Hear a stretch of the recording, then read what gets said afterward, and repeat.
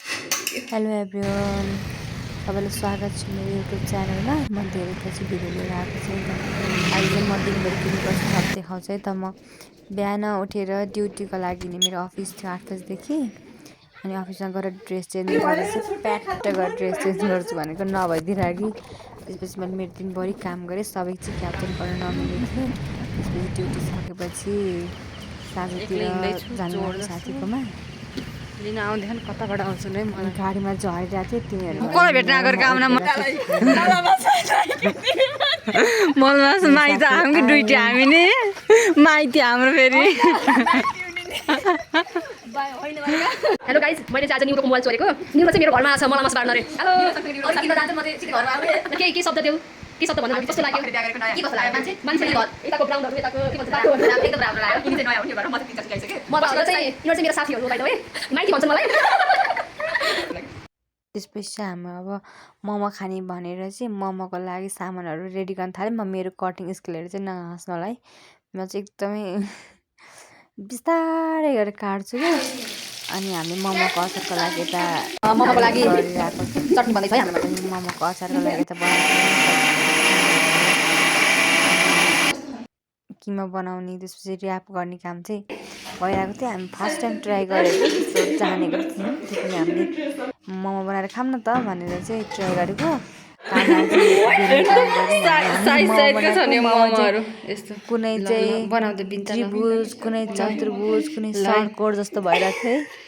मलाई चाहिँ मोमो खान जाने चाहिँ आइज तँलाई भनेर बोलाएँ है। लास्टमा चाहिँ उनीहरूलाई नै मोमो बनाउन आउने हेर्नु त मोमो कस्तो बन्छ। त्यसपछि लाउनु त मै बनाउँछु भनेर चाहिँ अब म थाल्न है। मैले चाहिँ फर्स्टमा यस्तो मोमो बनाएँ नि त, खासै मैले बनाएको त मेरो साथीहरूको भन्दा चाहिँ राम्रो नै मोमो बनाएको थिएँ। मलाई आफ्नै स्टाइलमा बनाउनु पर्यो यार, आफ्नो स्टाइलमा बनाउनु पर्यो। धेरै नै भन्दा पनि 2-3 जना अलिकति मोमो थियो। त्यसपछि हामी जानी नजानी जस्तो हुन्छ त्यस्तै बनाऊँ भनेर चाहिँ सबै मिलेर बनाउन थाल्यौँ है। कुनै राम्रो भएको थियो, कुनै ठिकै भएको थियो, तर मोमो चाहिँ एकदमै मिठो भएको थियो।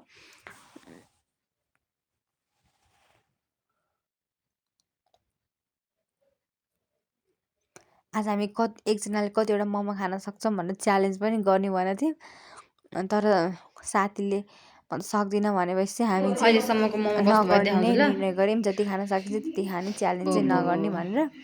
सबै एकैचोटि पकाउने भनेर चाहिँ हामी सबैले बेल्नेवाली हो एकैचोटि ऱ्याप गऱ्यौँ मोमो चाहिँ। त्यसपछि यस्तो सेपको बनिरहेको थियो।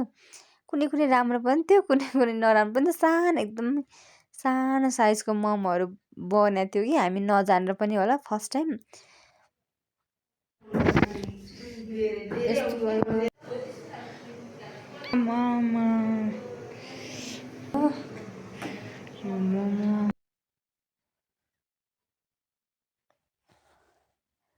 ल हाम्रो फाइनल मोमोको लुकहरू है।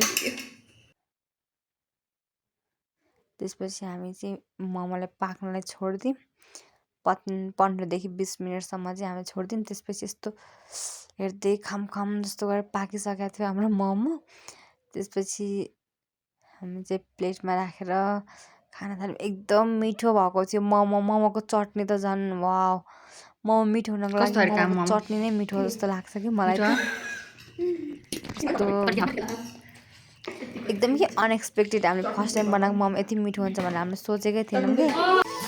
कस्तो छ बिन्ता भनेको एकदम मिठो छ भन्दैछौँ।